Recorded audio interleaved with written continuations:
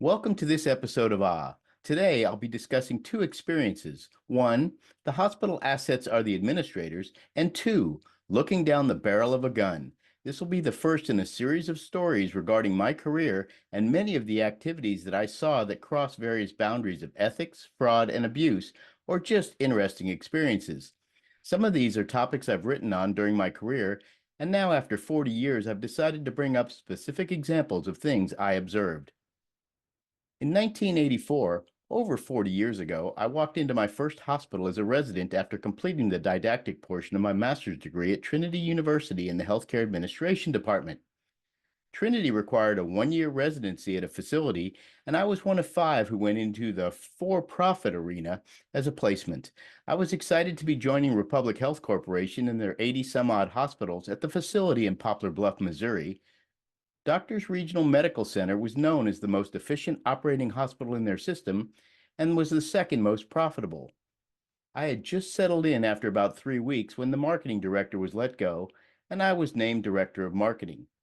But the first experience I had regarding this topic was a few weeks later, when suddenly the CEO who had been at the facility for many years was released. While the performance had gone down a bit in the hospital, it turns out that the administrator at that time was perhaps of the old school, where the hospital's assets were the administrators. It had become known that whenever food was delivered to the hospital, particularly the meats, some of these found their way into the trunk of his car.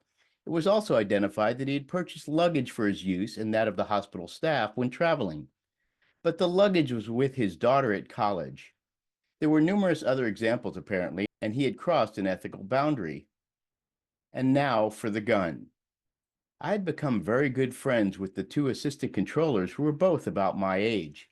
As I got to know them, I began to learn that the controller, who was relatively new, was one, not very knowledgeable, two, in well over his head and leaning on the two of them to make up for this, and three, not really doing the right things with the books.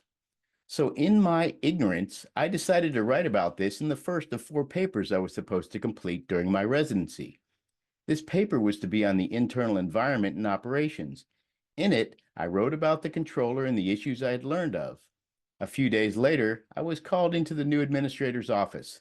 He was much younger than the prior administrator, very smart, a super strong operator and leader, and really a very nice guy. He's done incredibly well in his career. He told me that he was very upset with what I had written and stated that he had discussed this with the controller and it was completely false, that I needed to remove it from my paper on the internal environment before sending it to Trinity and not discuss it again. I was very nervous and upset. He worded all of this very strongly, and so I cleaned up the paper and submitted it without the offending sections. A little over a month later, the administrator came around early in the morning.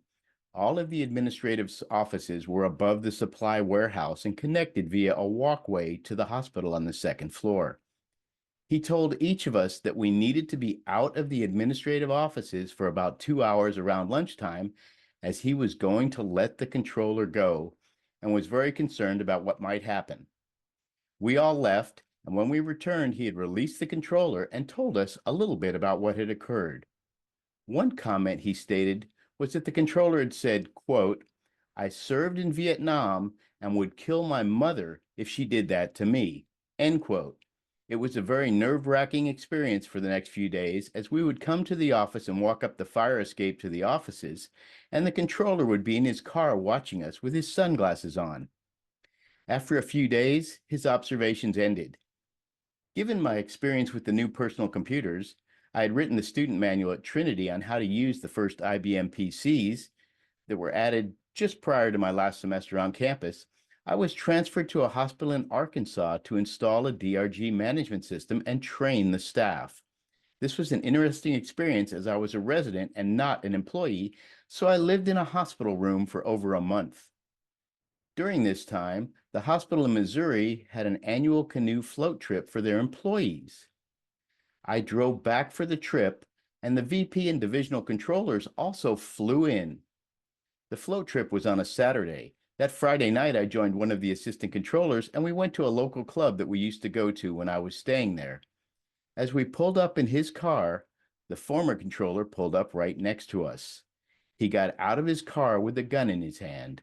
The assistant controller told me to quickly get his gun out of the glove box. I was a bit stunned by it all and decided not to do that.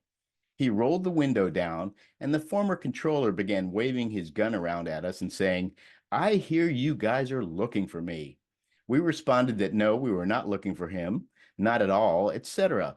He began to rant on about us looking for him, how he was now doing great, look at this $1,000 suit he was wearing, etc., etc. Finally, after a few minutes, he said, "Well, I'm staying at a specific hotel up the road. If you're looking for me, that's where I'll be." He got in his car and left. By that time, we were both scared as could be. We quickly found a phone and called the administrator and went to his house. There we learned that the vice president and divisional controller were staying at the same hotel as the former controller. The administrator called them, and they left that hotel that evening and drove somewhere far away and found another hotel. We nervously did the float trip the next day, but never saw the controller again. For the next few days, the police were placed at the assistant administrator's house, as well as, I believe, at the administrator's. There are other interesting events that occurred during those first 6 months of residency, but we'll end this episode with the story I've told. Look here for the next one, in which I'll discuss the first case I discovered of an administrator cooking their books. Thanks for listening to Reach out if you'd like to discuss this, or post your story below. If you'd like to discuss population health, you can contact us at accountablehealthllc.com.